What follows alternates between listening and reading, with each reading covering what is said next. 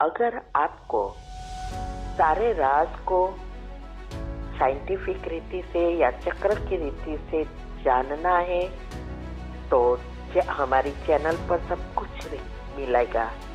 नाम है Shiv Shakti meditation BK कुसुम। फिर सब्सक्राइब करेंगे तो प्लेलिस्ट में जाएंगे, वहाँ आपको सब कुछ ग्रुप वाइज मिलेगा।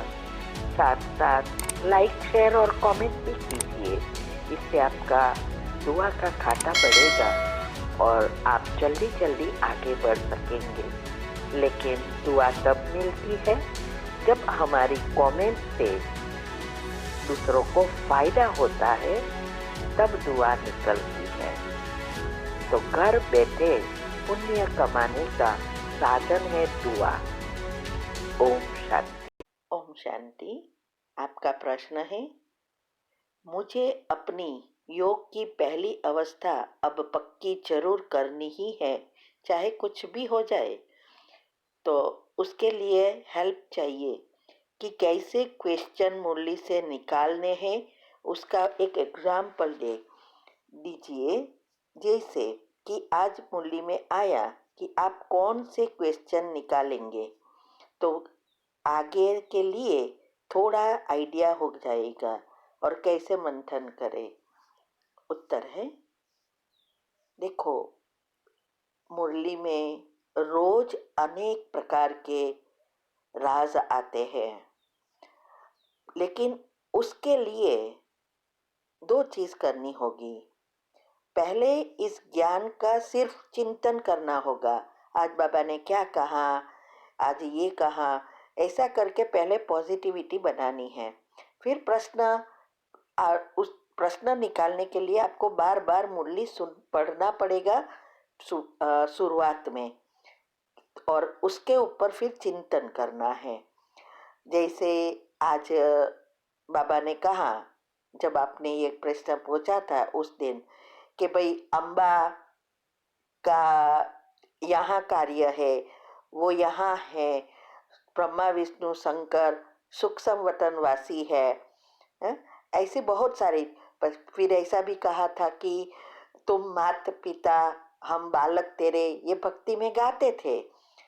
तो ऐसे हर इस राज ऐसे आते हैं, तो उसको लिखना है कि कैसे अम्बा यहाँ की है, उसका कार्य क्या है, कैसे वो अम्बा माँ बनी, क्यों उसकी इतनी पूजा होती है। ऐसा तुम मात पिता हम बालक तेरे ये गाया, तो कौन मात पिता है, कैसे मात पिता बने और कैसे उसकी यादगार है।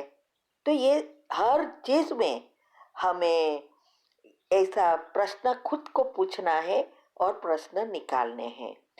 फिर उसके जितनी आपकी पॉजिटिविटी होगी उतना उसका मंथन से राज निकलेंगे। शुरुआत में तो कुछ नहीं निकलेगा, लेकिन ऐसा करने से ही बुद्धि घिसेगी। तो पहले तो हमने कहा है कि चलो प्रश्न के दो तीन चीज ले लो या दो चार वाक्य निकालो, उसको चलते फिरते रिपीट करो मन में, और फिर एक फिनिश होवे, बोर हो जाए दूसरा लो, क्योंकि शुरुआत में मन एक चीज से बोर हो जाता है, उसको वैरायटी चाहिए। तो ऐसा करके पहले तो हमारे मन को ऐसे ही चेंज करने के लिए उसकी विधि अपनानी है। तो फिर धीरे धीरे आपकी पॉजिटिविटी होगी, बुद्धि थोड़ी खुलेगी, तब आप मंथन में जा सकते हैं। तो ऐसे प्रश्न, तो उसके लिए मुरली बहुत बार पढ़नी पड़ती है शुरुआत में। बाद में मुरली सुनते सुनते आप कुछ भी कर रहे हो, लेकिन महावाक्य सीधा चला जाएगा डायरेक्ट सबकॉन्शियस में और याद रह जाएगा। लेकिन शुरुआत में उसके लिए मेहनत है, ठीक है। और आज किसी ने भी प्रश्न पूछा है कि इसका मंथन कैसे करें, वो मैं दूसरे प्रश्न में बताती हूँ। ओम शांति। ओम शांति। आज मुरली में कहा कि निरंतर मुझे याद करो और वापस कर जाना है। अब इसका मंथन कैसे करें ये समझना है। उत्तर है, देखो, पहले तो इसमें से भी 4-5 चीजें निकालो। जैसे क्यों निरंतर याद करना है, निरंतर याद करने से क्या होता है, क्यों अभी वापस घर जाना है और कैसे जाना है, कैसे हमें संपूर्ण बनने की जरूरत क्यों है। ऐसे ऐसा करके पहले खुद को प्रश्न पूछकर निकालो, फिर उसमें जाओ कि निरंतर योग करने की जरूरत है, याद करने की जरूरत है, क्योंकि हमें अंतमति सुगति करनी है। तो उसके लिए परमात्म शक्ति आवश्यक है, और परमात्म शक्ति तभी हमें प्राप्त होगी जब हमारी बुद्धि की लाइन क्लियर होगी। अगर हम स्थूल चीजों का चिंतन करेंगे तो हमारे जो आसपास जो भी वाइब्रेशंस हो बनते हैं, वो चीजें उसकी परमात्म एनर्जी को हमारे अंदर नहीं आने देगी। इसीलिए निरंतर हमें उसको याद करने से हमारी बुद्धि भी क्लीन एंड क्लियर होगी और उसकी टचिंग आएगी, और हमारे विकर्म विनाश तब ही होंगे, क्योंकि योग तब ही लगेगा जब हम दुनियावी चीजों से मुक्त होंगे। ऐसे ऐसे हर चीज में ऐसे ऐसे सोचने का प्रयत्न करना है। फिर क्यों अभी वापस घर जाना है, क्योंकि अभी दुनिया में दुख बढ़ गया है, बीमारियां बढ़ गई है, और अभी अंतिम समय आ गया है, हिसाब किताब चुकतू करना है। और ये हिसाब किताब चुकतू करने के लिए ही उसकी निरंतर याद जरूरी है, वरना हम विकर्म विनाश नहीं होंगे तो शिव की बारात में हम साथ में नहीं जा सकेंगे। ये सब फिर प्रश्न आता है कि ये सर्वगुण संपन्न कैसे बने। तो ऐसे ये सब ऐसे धीरे धीरे आप करेंगे तो इसका मंथन अच्छी तरह कर सकेंगे। जितना घंटा करना चाहो उतना घंटा कर सकेंगे। तो इसके लिए पहले मैंने अगले प्रश्न में सुनो मैंने क्या कहा है। किसी का प्रश्न था, उसके लिए भी मंथन का ही था, तो उसमें बताया है कि जब तक हमारी चिंतन की अवस्था या मनन की अवस्था नहीं होती तब तक मंथन नहीं होगा। क्योंकि जैसे आपकी बुद्धि में से निकलेगा ही नहीं ना सेंटेंस। इसीलिए हमें पहले तो प्रश्न भी निकालने हैं, ऐसे करना भी है, लेकिन साथ साथ दिनचर्या मनचर्या सेट करना, फिर उसको मनन करने के लिए उसको घड़ी घड़ी याद करना। तो ये भी भले आप मंथन करके डेप्थ में ना जाओ, लेकिन इतना तो याद कर सकते हैं ना कि कैसे आज निरंतर मुझे याद करो ये कहा, तो इसके लिए क्या होगा। ऐसे अपने आप को प्रश्न पूछने का प्रयत्न करना है और फिर जवाब निकलेगा। फिर आप और ही डेप्थ में ऊंडान में गुह्यता में जा सकते हैं। क्योंकि जब हम गुह्य राज को समझ लेते हैं तब राजयोग सहज योग हो जाता है। क्योंकि जो बाबा हमेशा कहते हैं कि राजयोग बहुत सहज है, लेकिन पहले पहले सहज नहीं है, क्योंकि हमारी मन बुद्धि एकाग्र नहीं होती है, मन बैठता ही नहीं है। लेकिन जब वो ट्रेन हो जाता है तो एक चंचल घोड़े की तरह, घोड़ा जैसे हम नया होता है तो उसको ट्रेन करना पड़ता है, तो ट्रेन करते करते वो कितनी बार वो गिराता है, फिर जब एक दफा लगाम लग गई तो फिर वो बहुत अच्छा काम करता है।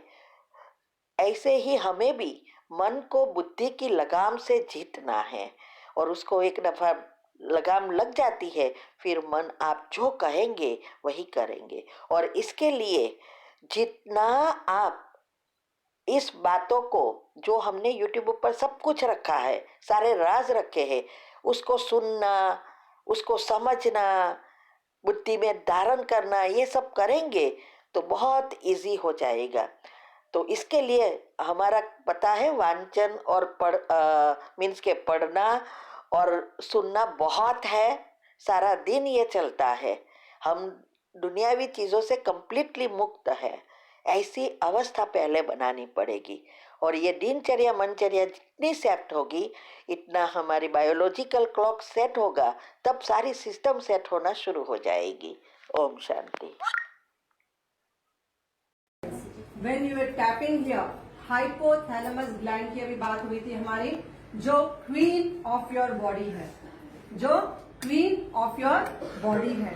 जब आप यहाँ पे उसको हल्के हल्के हाथ से टैपिंग कर रहे थे, it was releasing multi million of fresh hormones. So आप जब यहाँ पे टैपिंग करते हो, डेली सुबह उठ के सिर्फ 1 मिनट हल्की हल्की टैपिंग करनी है। जब आप हाइपोथैलेमस ग्लैंड को अपने कंट्रोल में ले लेते हो तो पूरा दिन आप अपने अनुसार चल सकते हो, वरना वो आपको चलाएगा। तो आपको ध्यान रखना है कि when you do tapping, exactly कान के बराबर ऊपर, कान से सीधा जाएंगे, सेंटर फिंगर जहां मिल रही है, slowly come down, see the centre point. Can you see the centre point? जहां पे ब्राह्मण की चोटी शुरू होती है, वहां पे आपको करना है ये टैपिंग एक्सरसाइज। जब आप ये टैपिंग करते हो, आपकी मेमोरी पावर शार्प हो जाती है। Any kind of mental related problems, brain related problems, focus of mind, distraction of mind, ये सब प्रॉब्लम्स आपकी सॉल्व हो जाती है जब आप हल्के हल्के यहाँ टैपिंग करते हो। आपने जब यहाँ पे टैपिंग किया, आपका साइनस, माइग्रेन, हेडेक आपका खत्म होता है, बहुत ही आराम आ जाता है जब आप यहाँ पे टैपिंग करते हो। उसके बाद आपने अपने चीक्स पे किया, this will glow the face, this will glow the face. उसके बाद आपने किया tapping on the neck area. Neck में कहीं पे भी थायराइड की कोई भी प्रॉब्लम है आपको, let it be hypo, let it be hyper, आप जब यहाँ पे करते हो टैपिंग, आपका थायराइड ग्लैंड एकदम ही नॉर्मल होना शुरू हो जाता है।